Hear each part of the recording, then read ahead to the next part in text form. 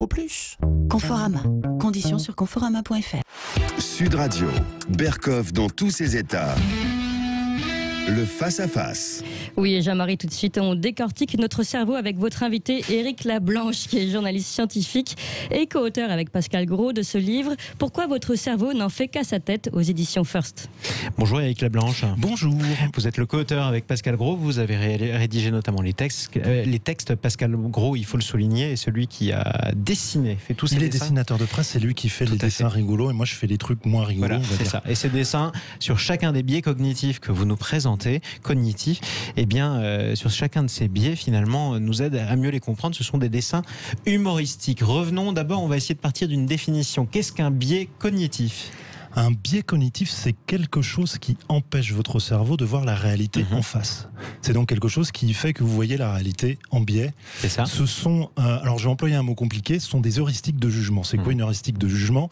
C'est un raccourci. Oui. C'est un réflexe. Un Notre cerveau a des réflexes qui font que nous ne prenons pas, nous ne voyons pas, nous n'entendons pas la réalité comme elle est. Il faut qu'on donne un exemple. On va prendre un exemple de situation. Vous venez d'entrer dans le studio de Sud Radio. Vous avez le droit d'être sincère. Quelle est la première impression que vous avez eue ?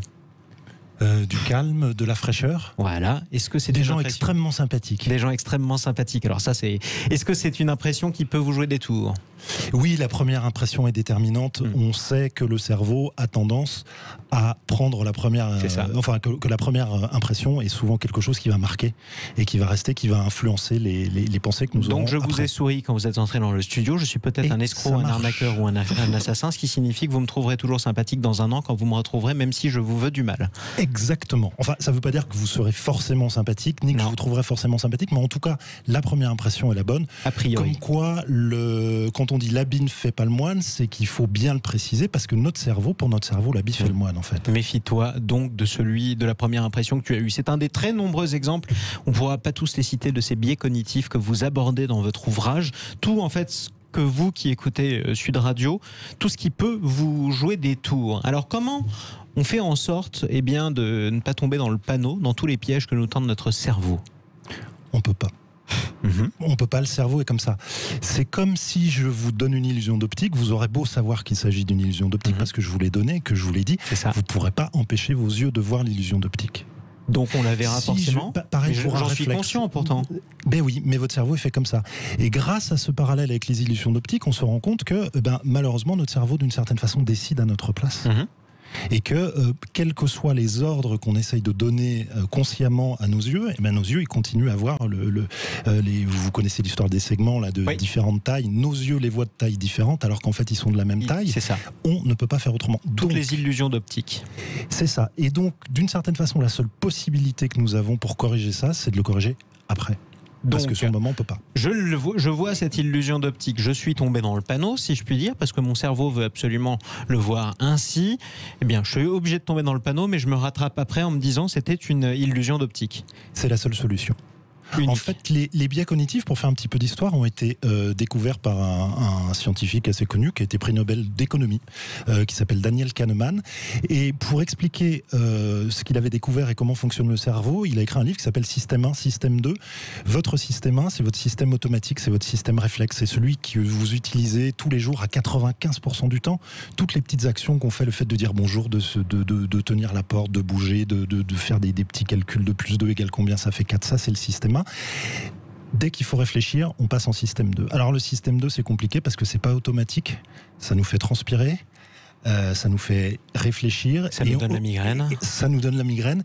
Et tous les biais cognitifs sont dépendants du système 1.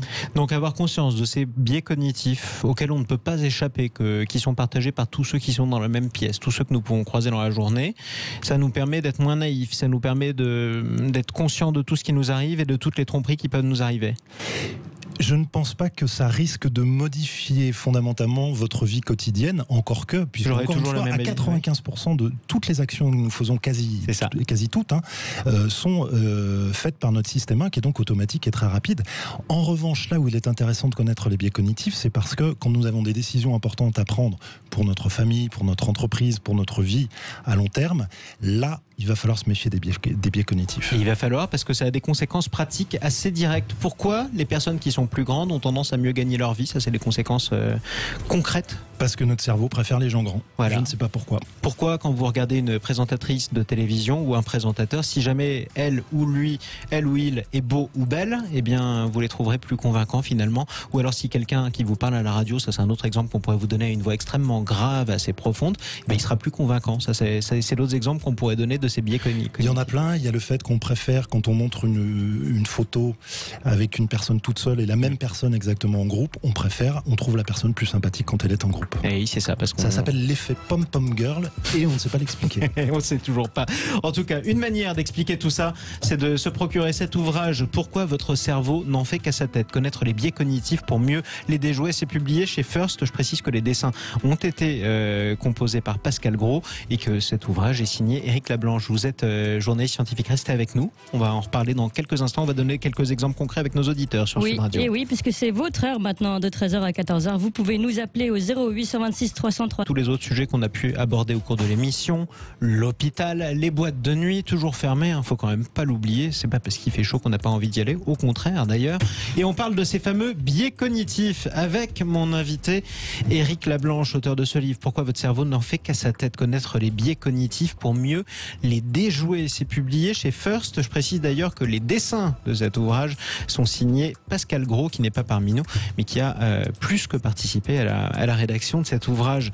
Éric Lablanche, on a parlé de tous ces pièges que nous tendait notre cerveau, ces pièges qui sont un petit peu, qui sont presque inexplicables. D'ailleurs, on n'en connaît pas l'origine, si je puis dire.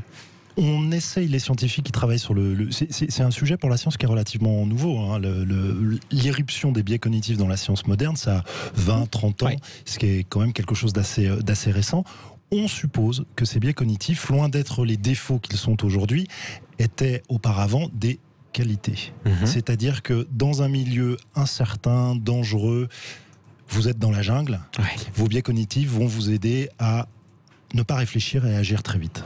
D'accord. Et ça, c'est l'instinct. Si vous reliez ça à l'instinct de survie, c'est vraisemblablement nos biais cognitifs qui nous ont permis pendant des millions d'années d'échapper à nos prédateurs, de choisir les meilleurs partenaires sexuels, d'arriver à se sortir de tout un tas d'embrouilles, parce que dans des situations difficiles, on n'a pas le temps de réfléchir, il faut aller très vite et les biais cognitifs sont là pour ça.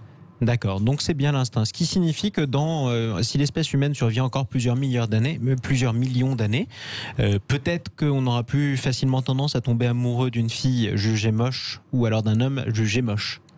C'est possible. Ça, qu'on continue à évoluer, mais c'est une hypothèse qu'on formule, mais pourquoi pas? Je ne peux pas vous le garantir sur facture, mais effectivement, qui sait, oui.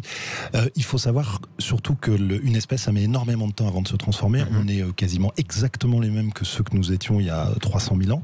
Pas fondamentalement différents de ceux que nous étions il y a 1 million d'années. Donc, on est conscient, c'est ça qui a changé quand même en 2 ou 300 000 ans. C'est-à-dire qu'on ne savait pas ce qui nous arrivait avant, maintenant on est capable de l'écrire et de l'étudier. Je pense que nos lointains ancêtres étaient conscients déjà. Par contre, ce qui s'est passé, c'est qu'aujourd'hui, on vit dans un milieu qui n'est absolument plus le même qu'il y a 200 ou même qu'il y a 100 000 ans. En fait, les choses pour nous se sont changées sur toute l'histoire de l'humanité. Les choses ont changé dans la dernière seconde, c'est-à-dire dans les 3, 4, 5 derniers millénaires.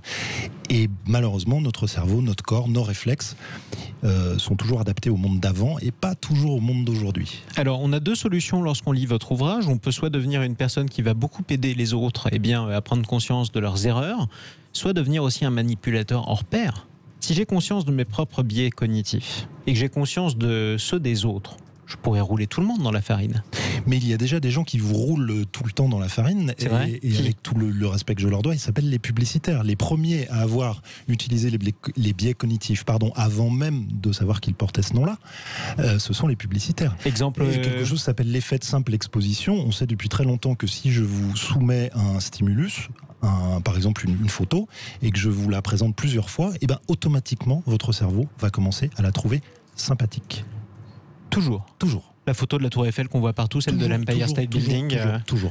Donc je vous mets l'affiche de je ne sais pas quel nouvel homme politique. Au début, vous allez le trouver bizarre. Et au bout d'un moment, ça va rentrer dans votre esprit, dans vos habitudes. Vous allez vous y habituer. Vous allez vous dire, finalement, c'est votre cerveau qui le fait, qui va dire, finalement, cette personne, elle est dans mon environnement, elle est sympa. Alors, elle est familière. Je vais essayer de vous donner un contre-exemple. Prenons l'exemple, par exemple, François Asselineau, le président de l'UPR. Beaucoup d'affiches avec son portrait ont été collées dans toute la France. C'est pas pour ça qu'il a fait plus de 5% au présidentiel.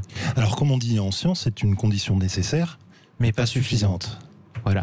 Donc il ne suffit pas de tracter, de coller des affiches partout. Là, disons qu'on ne peut pas résumer une campagne électorale à juste mettre une jolie affiche. Mais l'affiche est très importante. L'affiche est importante. Alors je n'ai pas d'exemple à citer, mais il y a déjà des candidats qui se sont pris des roustes monumentales parce que juste l'affiche au départ était mauvaise. C'est ça. Et d'ailleurs des marques, des voitures qui ont pâti d'une campagne de pub ratée, comme cette fameuse Renault 14 qui était comparée à une poire. Voilà. C'est ça. Effectivement, mauvaise pub au début. Vous êtes sûr de ne pas vendre votre produit. On va continuer comme ça à égrener ces nombreux exemples de biais cognitifs. On fait un tour du côté du standard, Clémence ? Oui, Josiane qui nous appelle du Vaucluse a composé le 0826 300 300. Bonjour Josiane. Bonjour Josiane. Est-ce que vous êtes avec nous sur Sud Radio ? Alors, nous entendons le Vaucluse, mais est-ce que le Vaucluse peut nous répondre sur Sud Radio ? Josiane, êtes-vous là ? Oui, moi je trouve que oui. Bien, écoutez, on est ravis de vous accueillir, Josiane. Bienvenue sur Sud Radio. Merci, je voulais vous féliciter pour pour l'ensemble de Sud Radio. Je l'écoute tant que je peux dans la journée, c'est extraordinairement intéressant. Mais merci beaucoup Josiane, ça fait toujours plaisir. Voilà, et moi je voudrais savoir si la procrastination fait partie des maladies dont votre invité parle. Alors c'est pas des maladies, c'est des biais cognitifs, mais pourquoi pas ? Oui, enfin bref. Non mais enfin, je vous remercie de la poser d'ailleurs parce qu'elle me concerne très souvent personnellement, Josiane. Donc si jamais, peut-être que la réponse de notre invité pourrait illuminer ma journée. Alors effectivement, oui, les biais cognitifs sont plutôt le signe d'une excellente santé, puisque nous sommes faits comme ça. C'est la même chose que les réflexes. Si j'approche la main très vite de vos yeux, ils vont se fermer, c'est normal, tout va bien. C'est un signe de très très bonne santé. Ensuite, la procrastination, je ne crois pas qu'il y ait de biais cognitifs qui correspondent à la procrastination, mais en revanche, il est tout à fait possible que dans les routines de notre cerveau, en fait, on s'est rendu compte que nous ont appris les biais cognitifs, nous ont appris que notre cerveau avait tendance à fonctionner tout seul et à être indépendant. Et que parfois, on a l'impression un peu de diriger notre jugement, notre conscience, alors que c'est plutôt elle qui nous dirige.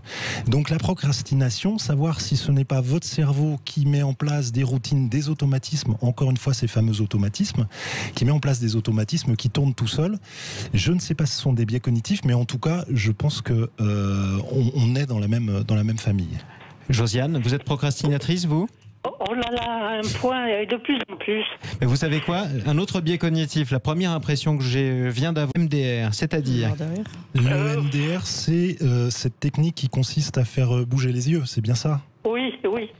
J'imagine que ça doit se soigner. Je sais que c'est une technique qui est extrêmement bizarre. On vous fait bouger, on vous demande de regarder en haut, à droite, à gauche. Ça peut paraître complètement farfelu. Il paraît que ça marche du tonnerre. Et là, je parle en tant que journaliste scientifique. Tout au moins, j'ai pas étudié la question, mais ce que j'en ai lu, il semblerait que ce soit quelque chose de tout à fait sérieux. Il y a un effet manifestement. C'est sérieux parce que j'étais très peureuse, mais alors peureuse à un point que c'était incroyable, et ça m'a fait passer la peur. Ça a marché. Mais voilà. Oui. Écoutez, c'est un bon tuyau que vous veniez, si je puis dire, ma chère Josiane, de nous donner. Merci beaucoup de nous avoir appelés. Bientôt. Mais vous nous rappelez quand vous voulez depuis le Vaucluse au 0826 300 300. Et on donne la parole à Jean-Charles qui nous appelle d'Albi. Bonjour Jean-Charles. Bonjour. Bienvenue sur Sud Radio. Bonjour. Merci. Je vous appelle parce que je suis un vieux monsieur. Je voulais revenir sur Colbert, l'esclavage et Tidiane Ndiaye. Moi, je trouve qu'on est vraiment quasiment dans un climat de guerre civile, qu'on est en train de préparer une guerre civile absurde parce qu'on n'éduque pas les gens. Est-ce qu'il ne faudrait pas tout simplement expliquer que la saloperie humaine n'a ni couleur ni religion et qu'elle est universelle ? Parce que, relisons Tidiane Ndiaye, qu'est-ce qu'il dit ? Il dit que du fait que des blancs français, dans une autre époque, furent esclavagistes, c'est ignoble, on veut nous amener à penser qu'aujourd'hui, les blancs français, parmi les Français, seuls les blancs seraient coupables au nom de leurs ancêtres. Mais mais voilà, moi je fais ça veut dire que c'est un signe d'approbation ou presque, ça veut dire que je comprends ce que vous me dites, mon cher Jean-Charles. C'était pas du tout une moue dubitative, je le promets. Originaire du Moyen-Orient, bien sûr, dont les ancêtres arabo-musulmans organisaient la traite négrière vers les colonies et pour leur propre compte. Oui, je vois ce que vous voulez dire. Pourquoi pourquoi est-ce qu'on n'en parle pas? Pourquoi est-ce que ce malheureux Tidiane Ndiaye, personne ne parle de lui? Alors, il cite notamment Ibn Khaldoun, que vous connaissez, qui est le grand érudit du XIVe siècle, qui, sur les Noirs, dit des choses affreuses que je ne voudrais... Vous voyez, je voulais le dire, mais je ne peux pas le dire, parce que c'est ignoble, et personne ne le dénonce. Alors c'est vrai, en tout cas, que on peut reconnaître qu'il y a eu des propos haineux ou racistes à peu près dans toutes les cultures, et pas seulement la nôtre, en tout cas.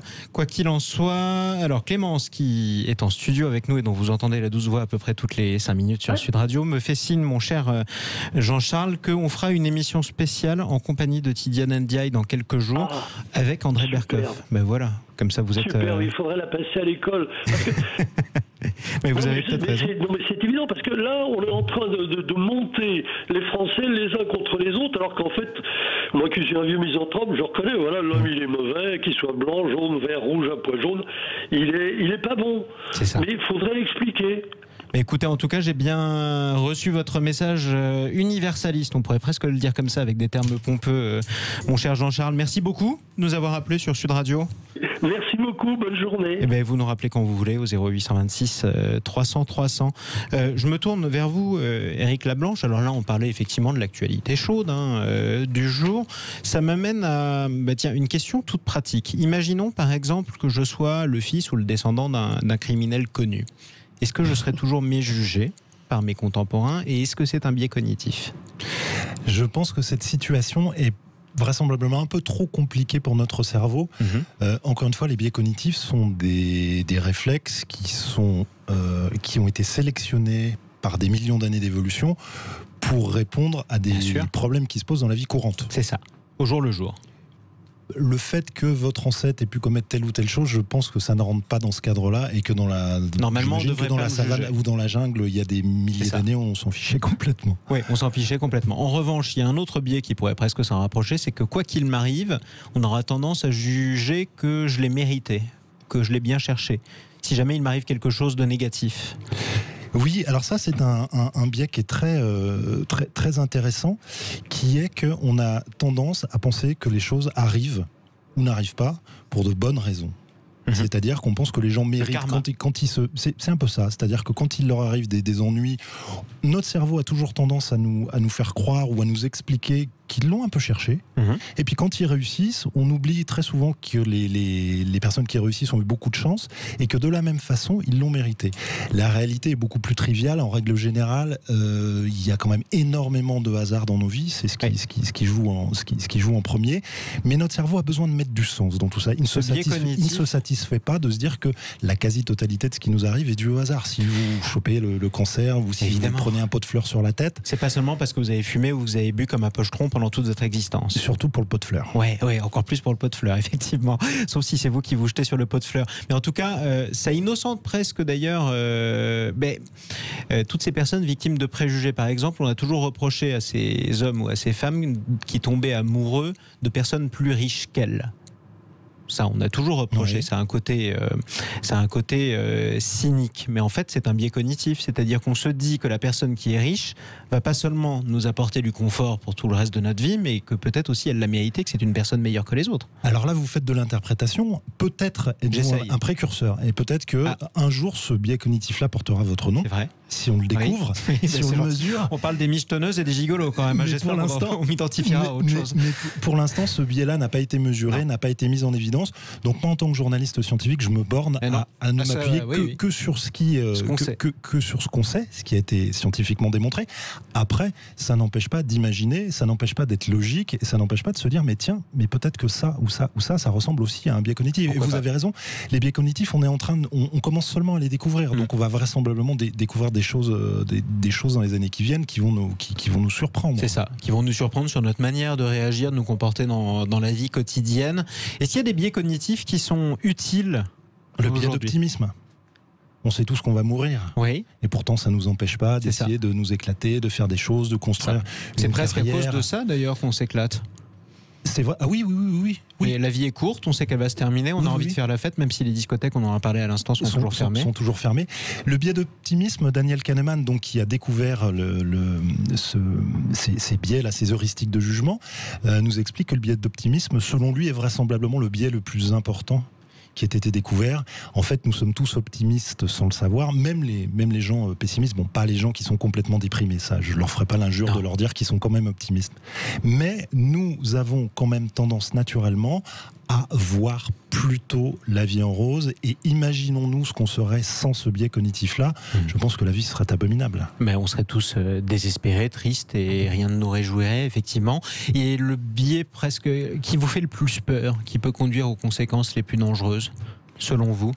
Le biais d'autorité, il est quand même assez flippant. C'est le plus connu. Le biais d'autorité, c'est celui qui fait que si vous voyez quelqu'un avec un uniforme ou avec une blouse blanche, vous avez tendance, c'est votre cerveau qui le fait, c'est pas vous, à lui obéir. Oui. Et à croire, à prendre de ce qu'il vous raconte pour parole l'évangile.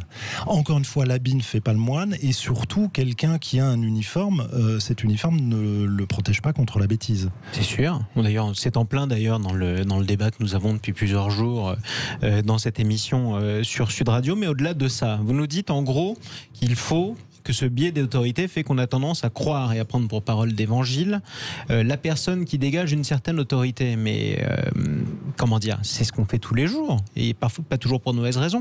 J'ai un supérieur hiérarchique, il me dit viens à 10h plutôt qu'à 9h, il n'a pas forcément besoin de se justifier. Est-ce que je tombe vraiment dans le panneau en lui obéissant? Le biais d'autorité, ce n'est pas que vous n'allez pas accorder de confiance à cette personne, c'est que vous allez lui accorder une confiance excessive. Les biais cognitifs, ça joue sur des petites choses, hein. C'est pas, ça ne va pas modifier radicalement votre façon de voir le réel qui nous entoure, mais vous allez vraisemblablement, peut-être que à cause du biais d'autorité, cette personne-là va vous conduire un peu trop loin, là où vous n'auriez pas voulu aller. C'est ça. Et c'est ça toute la différence.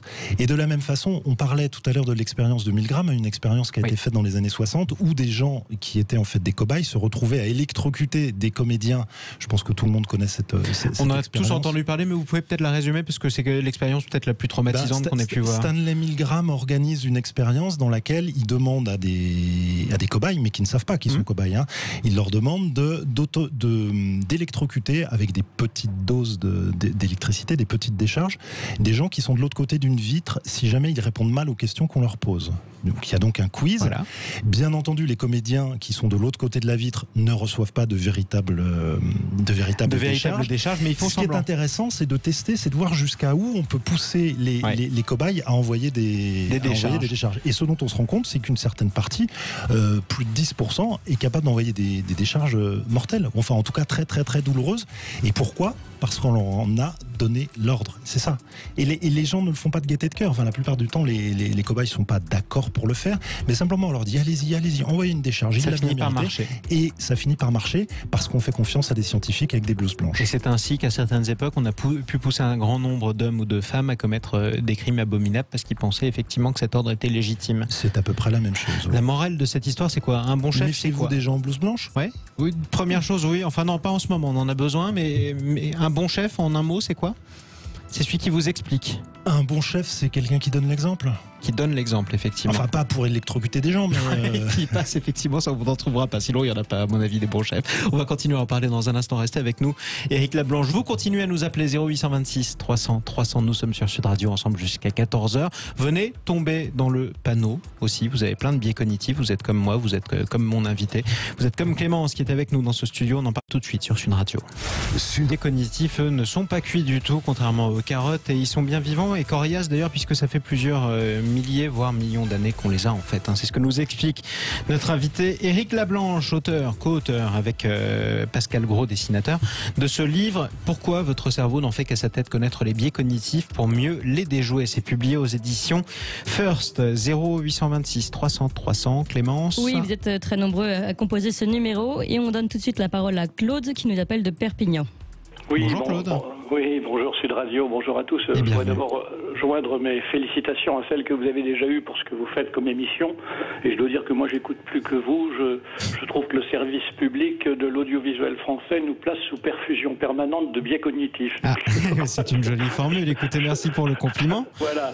Alors, moi, je voulais faire à la limite un pont entre Colbert et le biais cognitif en disant que pour se forger une opinion sur ce qui se passe en ce moment autour de toutes ces statues et tout ça, moi je citerai des livres qu'on peut lire pendant les vacances, puisque c'est la période qui va arriver. Je commencerai par dire un bouquin qui a moins de 10 ans, c'est Malaise dans l'inculture de Philippe Val. C'est un excellent livre qui montre comment on est affaibli quand on est insuffisamment connu, cultivé.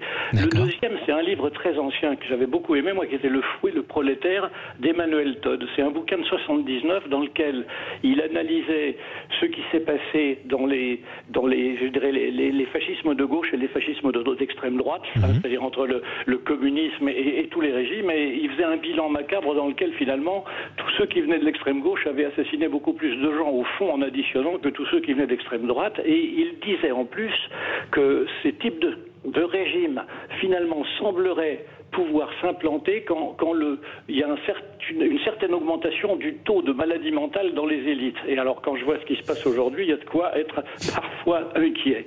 Et enfin, le troisième livre, il est tout récent, c'est Ingouvernable d'Éric Delbecq, dans lequel lui explique que tout ce qu'on voit en ce moment entre les violences, les luttes contre la police, le déboulonnage des statues et tout ça, derrière ça, il y a quand même une machine qui est en route et qui est une machine qui vise le désarmement des États, le désarmement des forces de l'ordre, le désarmement de ce qui fait qu'en fait, on peut défendre une population contre les agressions qui arrivent. Alors j'aimerais qu'on revienne sur le terme que vous avez utilisé, Claude, si ça vous dérange pas, terme machine.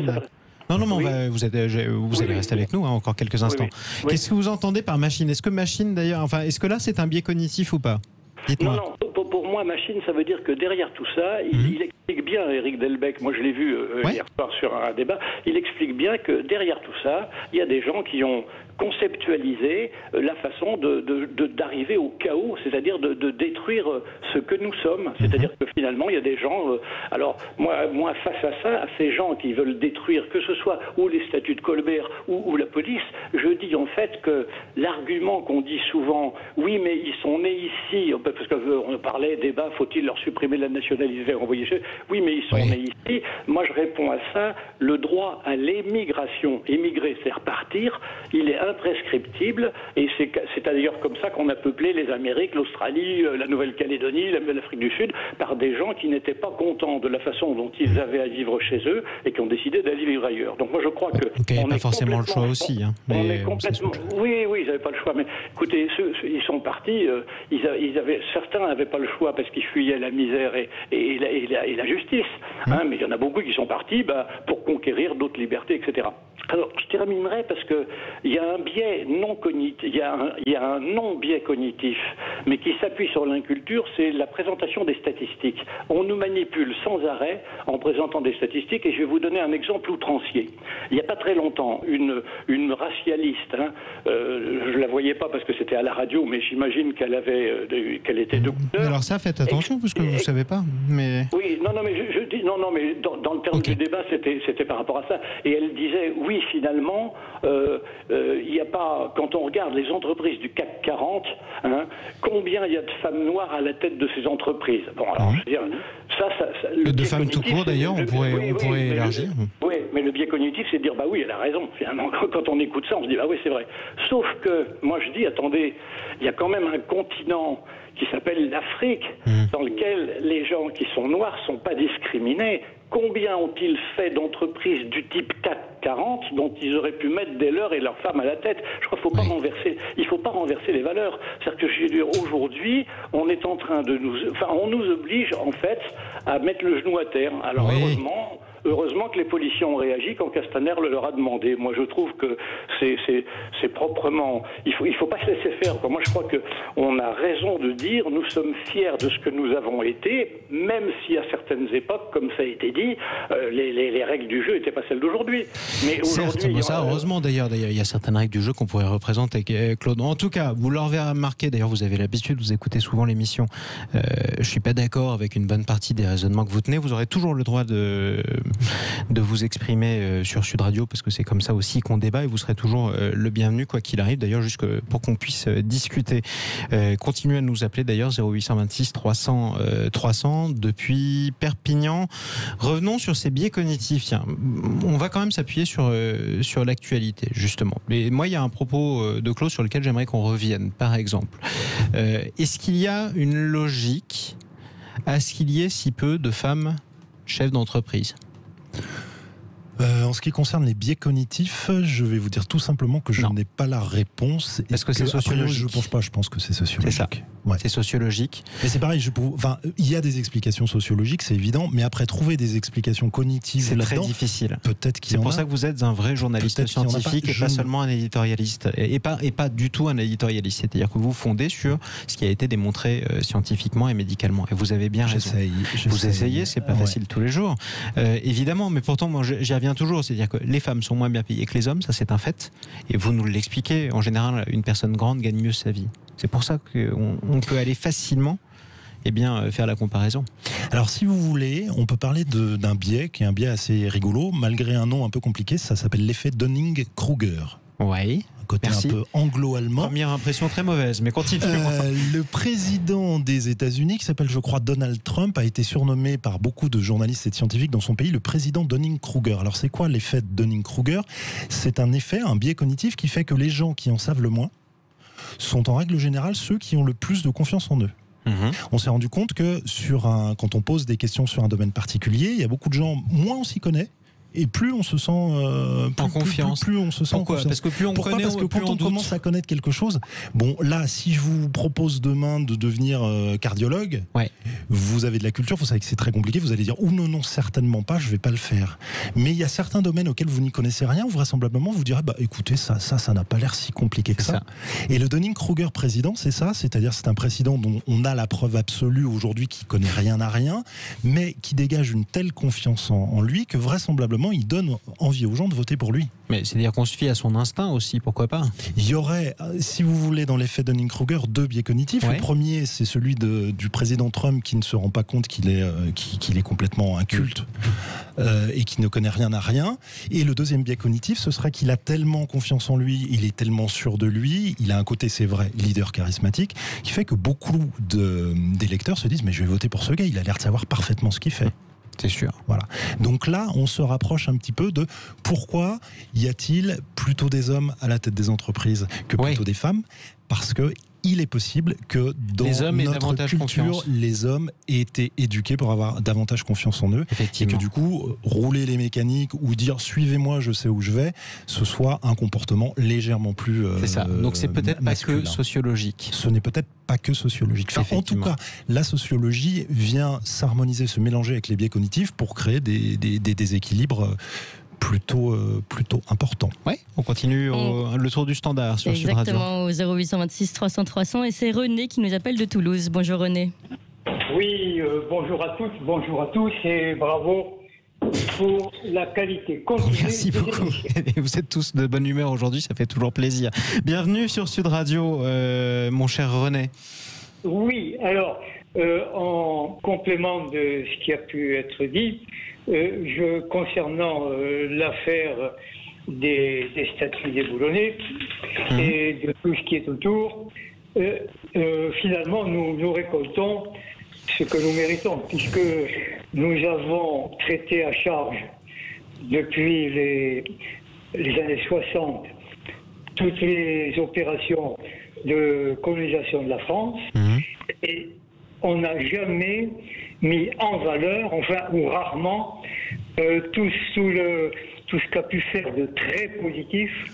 Est-ce que je vais vous taquiner un petit peu, René? Vous vous rappelez pas une polémique qui a eu lieu il y a quelques années avec des députés qui avaient voté une loi disant que la France reconnaissait en particulier les aspects positifs de la colonisation française? Ça avait fait scandale effectivement, parce qu'en général on dit que c'est pas au pouvoir politique de dicter et de rédiger l'histoire de France.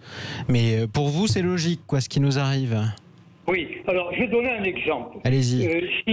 Si avec l'IFOP, Sud Radio faisait un sondage en demandant qui est le docteur, chercheur, spécialiste des maladies infectieuses, Yersin, qui a découvert la quinine et qui a sauvé par son action directe des millions de personnes en Asie du Sud-Est et par suite en Afrique. D'accord. Faites un sondage et vous verrez que Yersin n'est pas connu.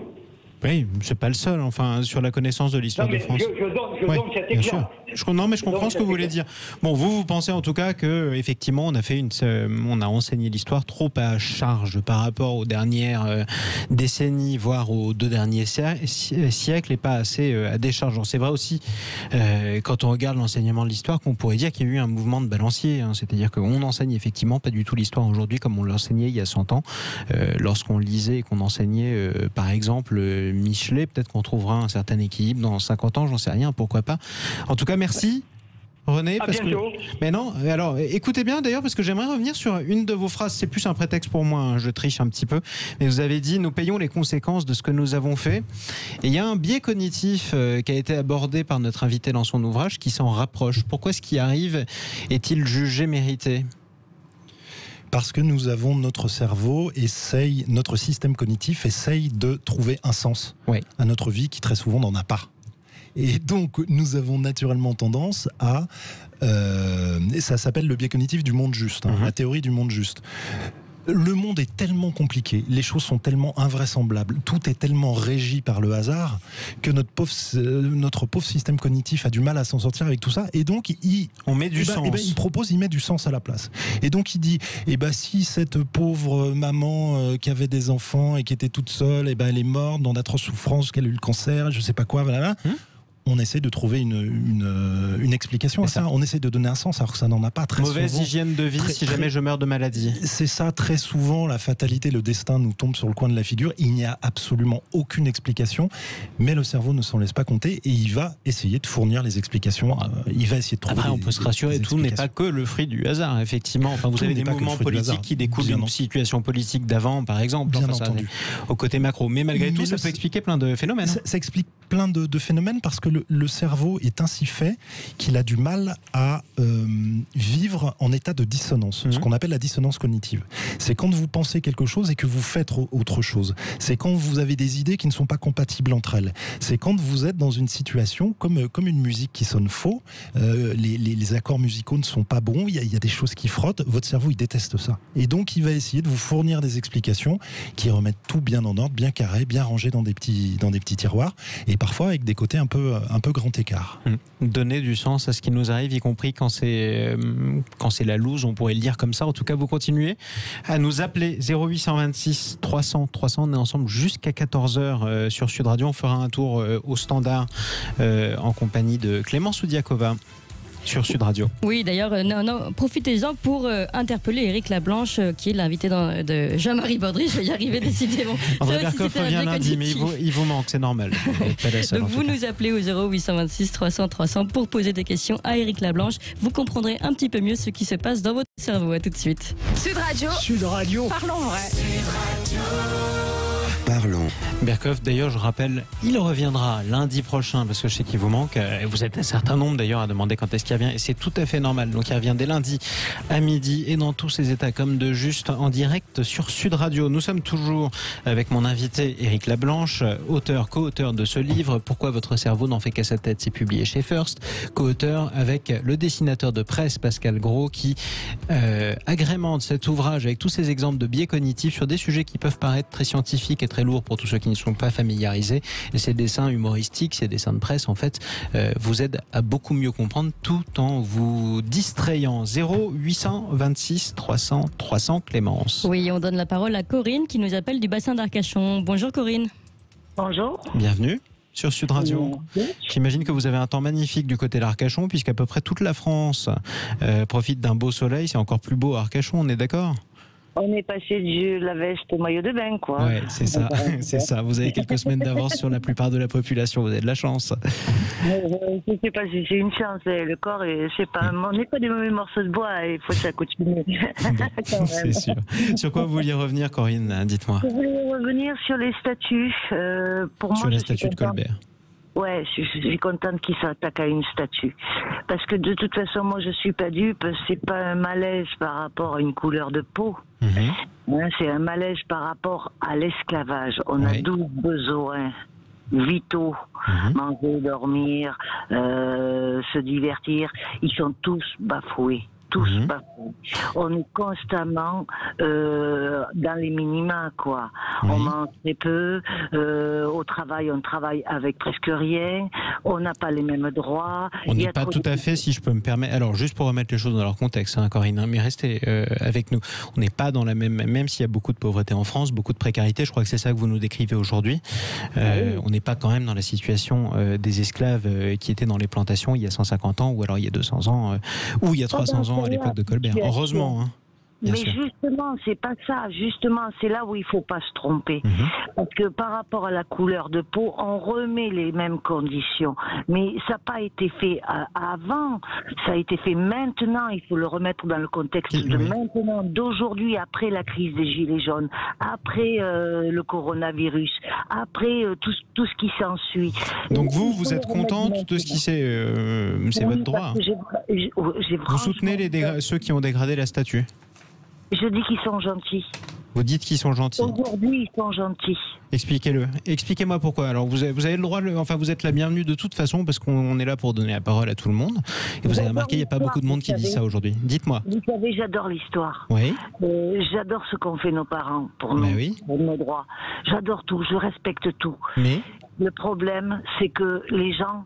Eh bien maintenant, si on fait pas quelque chose si on n'attire pas l'attention par quelque chose d'actuel, on ne peut pas se défendre. Donc aujourd'hui, ils s'en sont pris à la couleur de peau, à la statue. Mais si demain, ils s'en prennent carrément à la couleur d'un individu et dans la rue, qu'est-ce que ça va donner? Vous avez plus peur des agressions physiques que des actes de vandalisme sur une statue. Ça, c'est un raisonnement tout à fait logique, Corinne. Oui, et ça commence toujours comme ça. Une civilisation vous alerte toujours. Et après, il y a les débordements. Il y a toujours des alertes avant. Et là, on est dans une telle situation d'insécurité dans tous les domaines que moi, je prends plutôt ça pour une alerte. Et donc, du coup, pour vous, il faudrait changer beaucoup de choses, quoi qu'il en soit. Je ne suis pas tout à fait d'accord avec vous, vous n'êtes pas la première, mais ça, c'est pas grave. Et de toute façon, vous avez le droit de défendre votre opinion. Merci beaucoup, Corinne. Et par contre, j'irai jamais, moi, déboulonner les statues. J'espère pas. D'abord, je vais vous dire une chose, Corinne. C'est interdit. Alors, en général, c'est pas interdit pour de mauvaises raisons, d'ailleurs. Ça se fait pas, tout bêtement.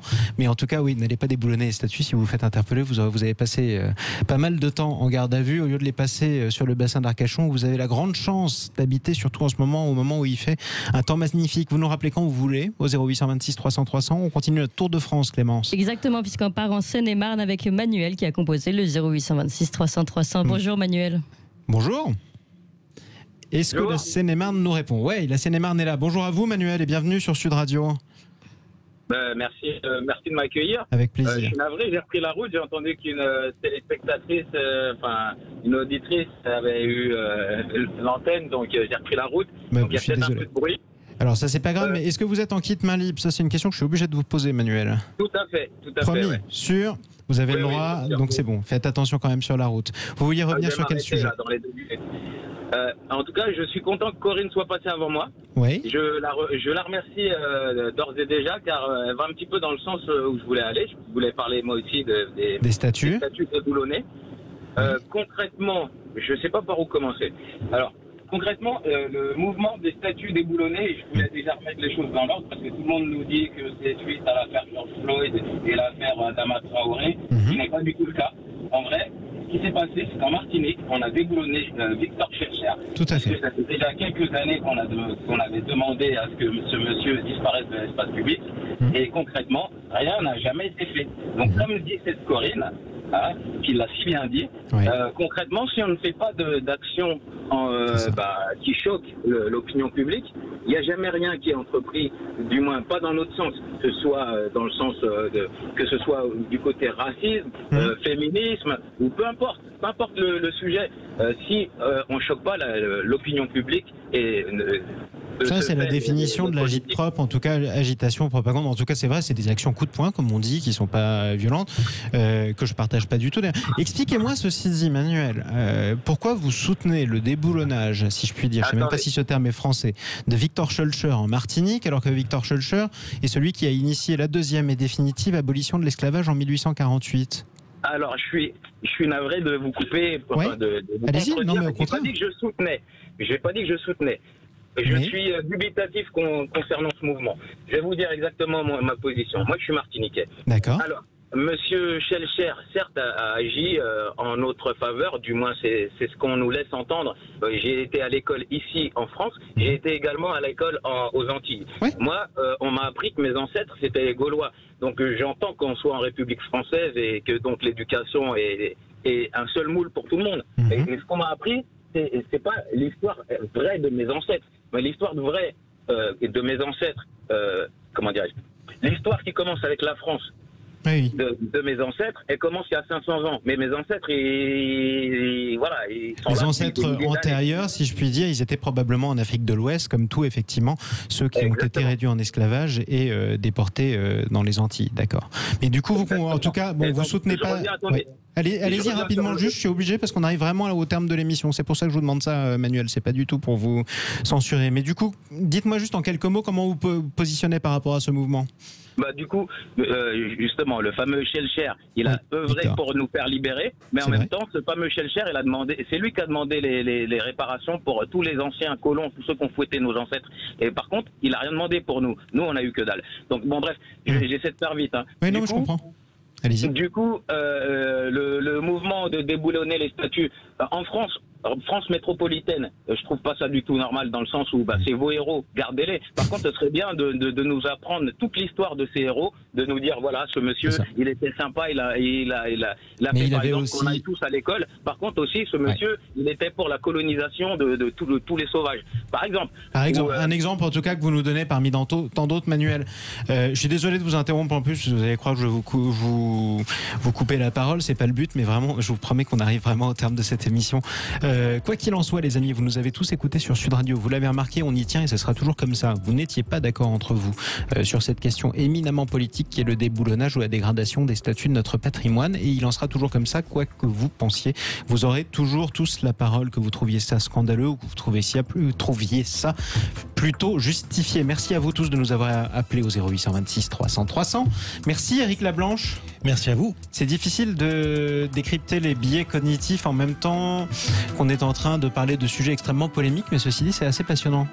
C'est facile, du coup maintenant j'ai écrit un livre là-dessus, donc on va continuer. Ça permet de les décrypter. C'est ça, continuons à les décrypter. Et avec le sourire. Et je rappelle absolument la référence de votre ouvrage, Pourquoi votre cerveau n'en fait qu'à sa tête, connaître les biais cognitifs pour mieux les déjouer, publié chez First, composé, disons-le comme ça, avec le dessinateur de presse Pascal Gros. Merci à vous tous de nous avoir écoutés.